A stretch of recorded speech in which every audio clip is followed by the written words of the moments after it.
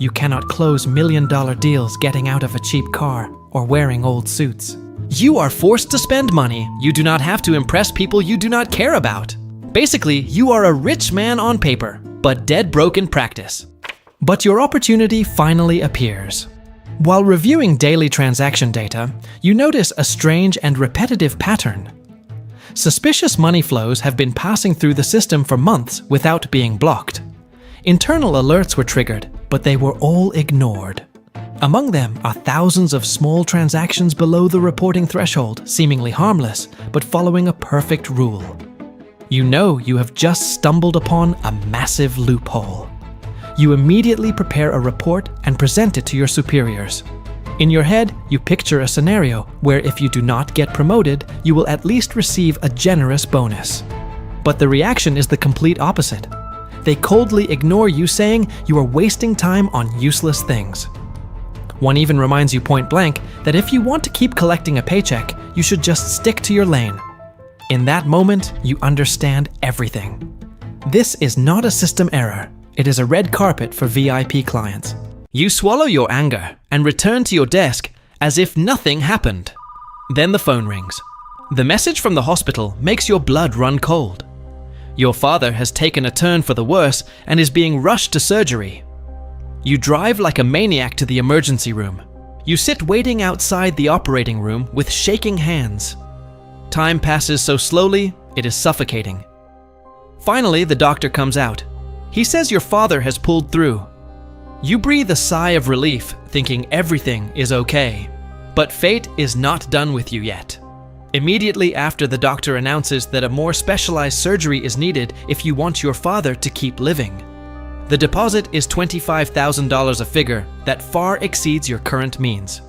After explaining your difficult situation, he informs you that the hospital can only extend his life for a maximum of 1 month, with medication and support equipment, but with no guarantees. He warns you in no uncertain terms that the operation must be performed as soon as possible. The pressure falls on your shoulders heavier than ever. You find yourself at a dead end. Asking the bank for a loan is the safest option on paper, but the cost is devastating. If you take on that colossal debt, your family will have to live in destitution.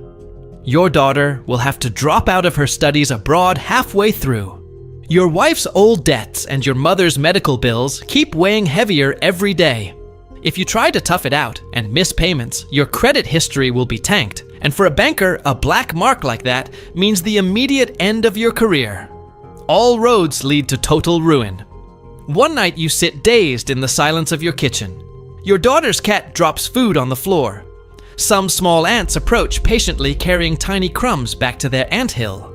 None carries too much weight, but when you look again, all the food has disappeared.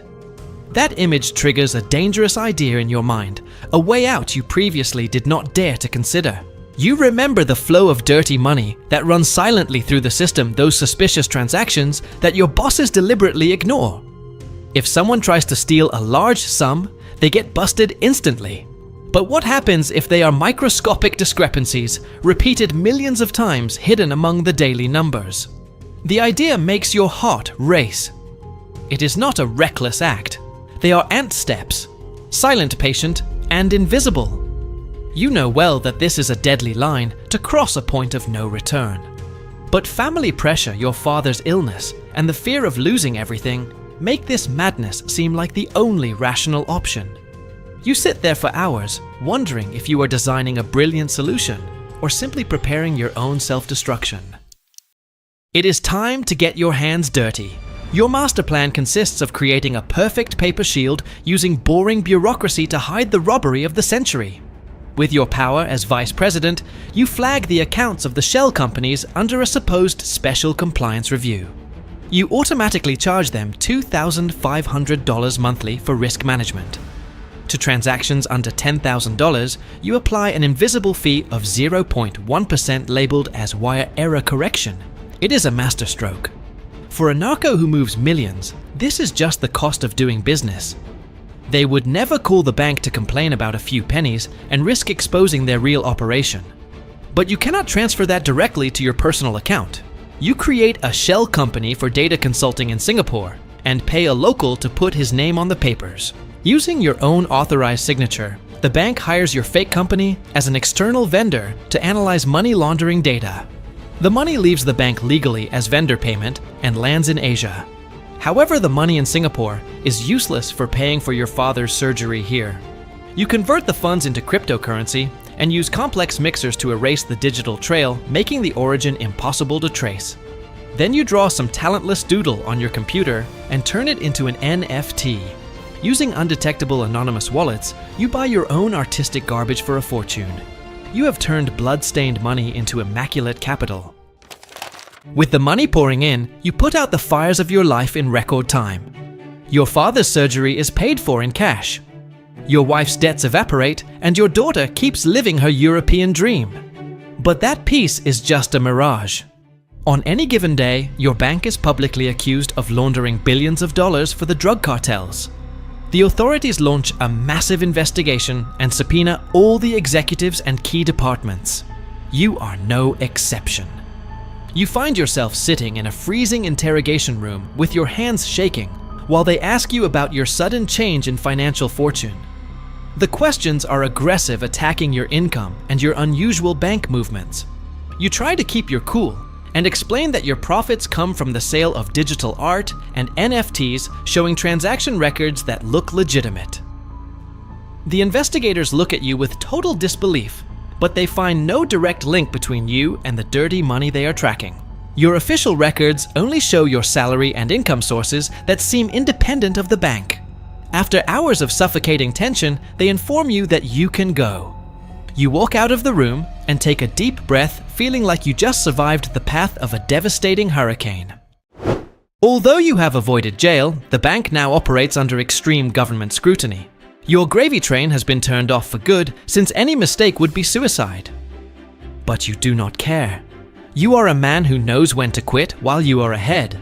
The fortune you accumulated is enough for you and your family to live like kings for the rest of your days. One night after a long shift, you return to your apartment. The hallway is darker than usual. Upon opening the door, the scene makes your heart stop. Your wife is tied to a chair, gagged and with her eyes wide with terror. Around her are tattooed men with cold stares. The leader, a man with a scar on his cheek, asks you a simple question that makes your blood run cold. He asks if you enjoyed spending his money. A deathly chill runs down your spine. They know what you did. Your miraculous escape from the feds and your sudden high-rolling lifestyle set off alarms in their internal accounting. You try to play dumb acting, confused. You tell them they are confusing you with someone else and threaten to call the cops if they do not leave. The leader's smile disappears. He gives a slight nod and they knock you to the floor. The blows fall without mercy right in front of your wife's eyes. The pain knocks the wind out of you. Lying on the floor, spitting blood, and writhing, you beg for mercy. You promise to pay back every penny. With interest, you swear to hand over everything you have. But the leader shakes his head with indifference. He tells you this is not about the money, it is about the principle. They must torture you to death to send a message so that no one else dares to touch what is theirs. When you see one of the goons take out a knife and walk toward your wife, panic explodes.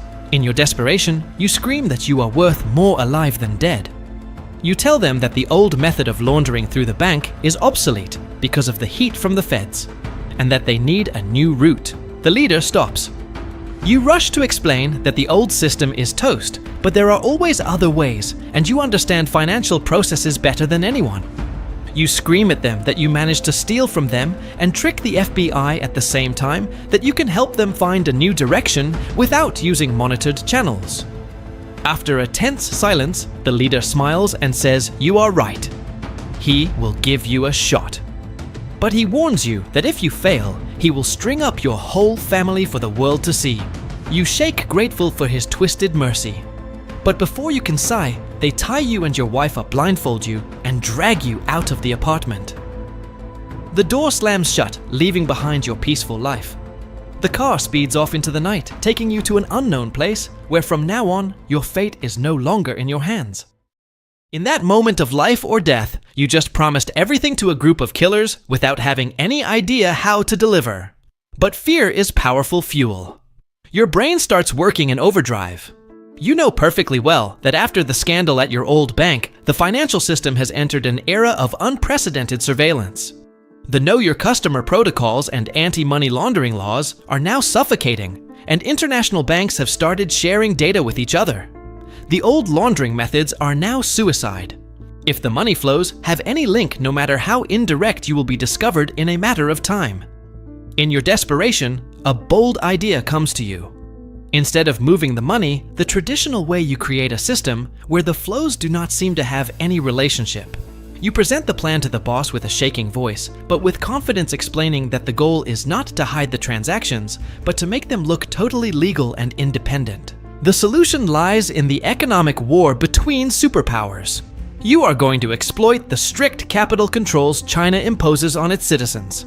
There are thousands of Chinese millionaires desperate to get their wealth out of the country to buy real estate in the United States, but they cannot do it legally. That is where the cartel comes in.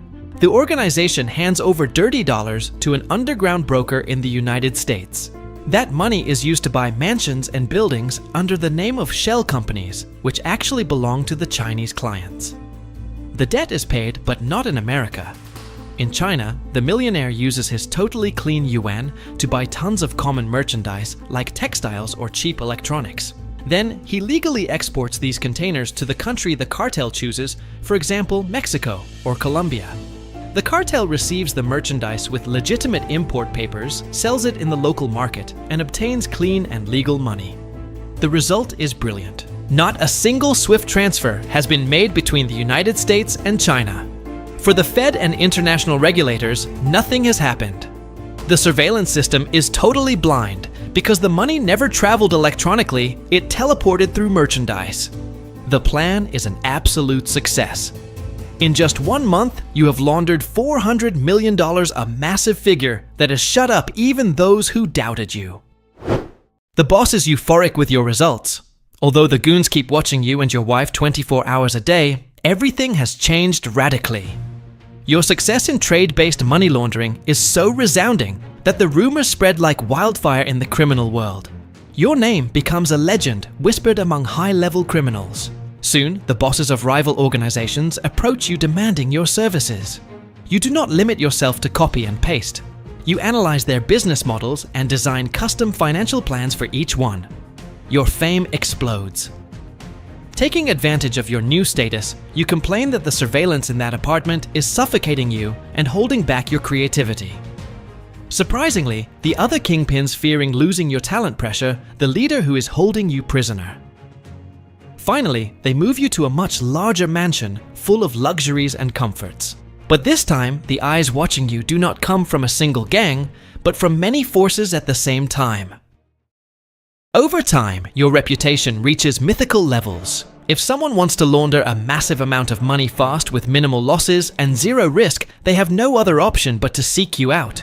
You are no longer just a hostage. You have become the supreme advisor of the underworld. You dine and drink with the bosses of the biggest cartels on the continent, treating them as equals. But you remain generous and patient, even with the smaller gangs, which earns you genuine respect that fear cannot buy. But today is your wife's birthday, and you decide to test your true power. You invite your VIP clients to the party. Some simply do not show up. Others, out of laziness, only send expensive gifts or send their subordinates. This infuriates you. You take the microphone and lay down the law in front of everyone. You announce that you will permanently blacklist those who did not come. And for those who sent gifts or representatives, their service fees will increase and the waiting time will double. The tension in the air is extreme. The narcos are furious. Their trigger fingers are itching to pull out their guns and waste you right there. But they stop. They realize a painful truth: you are the link that unites the financial interests of too many powerful organizations. Killing you would be suicide because the rest of the underworld would hunt them down for destroying their laundering operation. Swallowing their murderous pride, they accept your punishment. You have proven that in this game, the one who controls the money is more powerful than the one who has the bullets. The gap between the cartels you help and those you punish has become a chasm. While your allies prosper, thanks to a ceaseless flow of clean money, the punished sink into despair. They try to return to their old methods. But the federal system hunts them down, one by one, freezing their accounts and ending their operations. Envy and fear consume them, but soon an opportunity for redemption arrives. Your parents have passed away. You organize a massive funeral and invite all your VIP clients. This time, no one dares to miss it. The memory of your previous punishment is fresh, and they know the importance of this event is sacred. Only God knows what fate would await them if they left their chair empty at this moment. The cemetery is full of men in expensive suits. When everyone is gathered, you go up to the podium. You begin your speech. Suddenly, the silence is broken by the sound of helicopters and sirens. SWAT teams appear from the shadows emerging from fake graves and the surrounding woods. The world's most wanted criminals are surrounded, trapped in your own trap. Thanks to the enormous amount of evidence you have collected for months, the agents handcuff them all. In a single move, you have decapitated the most dangerous